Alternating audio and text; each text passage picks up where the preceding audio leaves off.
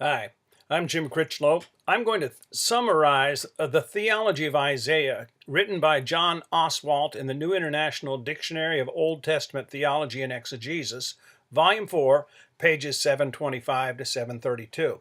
You can consult that volume for the details on this exposition. Isaiah investigates the relationship between judgment and salvation.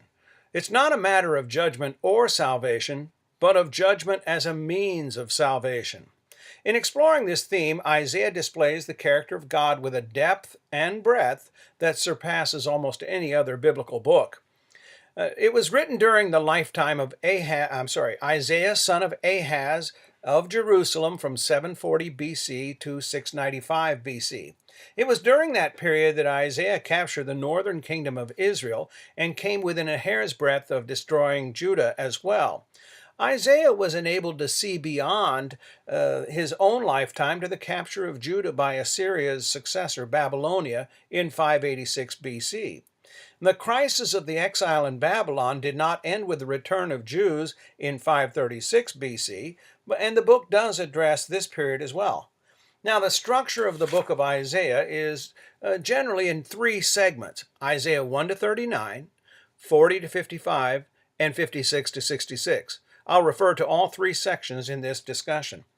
The first 5 chapters of the book, chapters 1 to 5, function as an introduction, contrasting the present disastrous condition of the nation with the glorious future that lies ahead. Chapter 6 is a transition, and chapters 7 to 39 demonstrate the folly of trusting in human nations instead of in God. In chapters 7 to 12, Ahaz, the king, refuses to trust God, and 36 to 39, King Hezekiah demonstrates his trust in the Lord, and the outcome is entirely different. Isaiah understood that the exile would call all that he had said in the former chapters into question. Could God still be trusted if a day came when God would not deliver his people from Babylon? Chapters 40 to 48 show that the Lord could deliver from the Babylonian gods, and 49 to 55 show that he could deliver from the alienation resultant from sin. Chapters 56 to 66 address the post-exilic Judah, when the returned Jews would be tempted to depend on birthright and ritual for their relationship with God. There are 6 key themes in Isaiah. Theme 1, the incomparability of God. Fundamental to the theology of Isaiah is this idea of the incomparability of God. Isaiah makes it plain that the Lord is not simply the greatest of the gods, he is the only God. The revelation of the one God, thrice holy, whose glory is what fills the whole earth, clearly never left Isaiah's thinking for the rest of his life. A sub-theme of this incomparability of God is God, the creator of and Lord of history. He is holy, holy, holy from Isaiah 6, and that conveys God's absolute otherness from the cosmic system.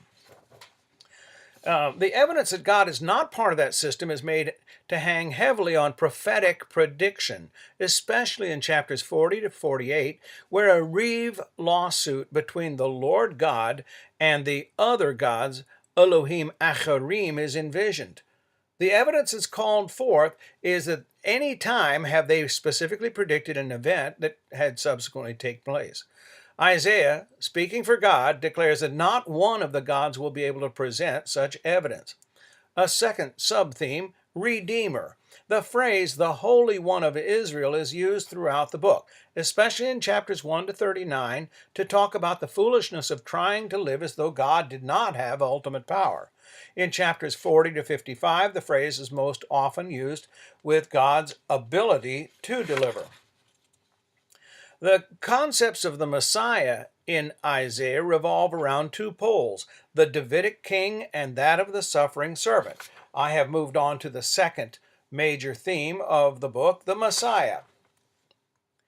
In chapters 1 to 39, it's the kingly aspect of the Messiah that receives special focus, primarily because of the failure of the merely human house of David.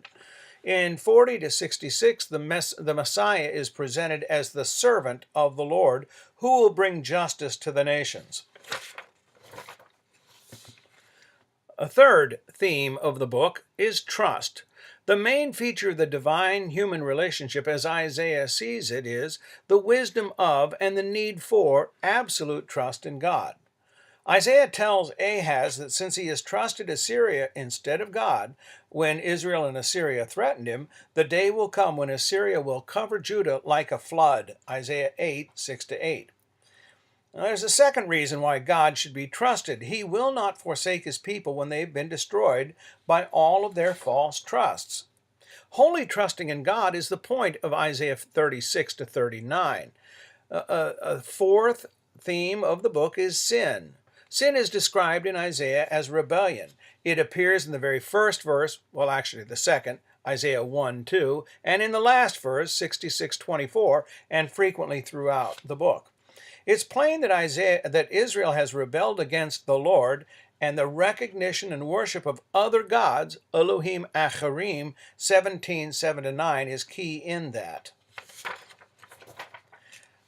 God does not want religious behavior, he wants godly behavior. Theme number 5 is that of humanity. It's especially clear in chapters 40-48. The Hebrews felt that they were forever rejected when they went into exile. Their sins had mounted up to the heavens, the promised land had vomited them out, but God did not reject them, and he indeed declares that they are his chosen servants, through whom the whole world would see that he is God alone. 43:10. God is willing to hang the entire outcome of his godhood on the evidence of the lives of his people. Now that is human significance. The last theme is that of salvation. One of the interesting characteristics of the book of Isaiah is found in the use of the Hebrew word tzedek, righteousness. In chapters 1-39, it's used almost exclusively to speak of the righteous behavior that God expects of his people. In chapters 40-55, it's used with almost equal exclusiveness to speak of God's righteousness to deliver his people. In the last section, 56-66, it's the means by which God's righteousness and the people are enabled to live righteously. The people are helpless to save themselves, but the acts of salvation are an expression of the faithful character of God. His deliverance is righteousness because it's a fulfillment of the ancient promises to Abraham, and because it's in keeping with the nature and character of a God whose intended last word is always grace. Other recommendations for bibliography, certainly John Oswalt, The Book of Isaiah, published in 1986, and Hans Walter Wolf, Interpreting Isaiah, The Suffering and Glory of the Messiah in 1985. Other materials you'll be able to find out in class. Thank you.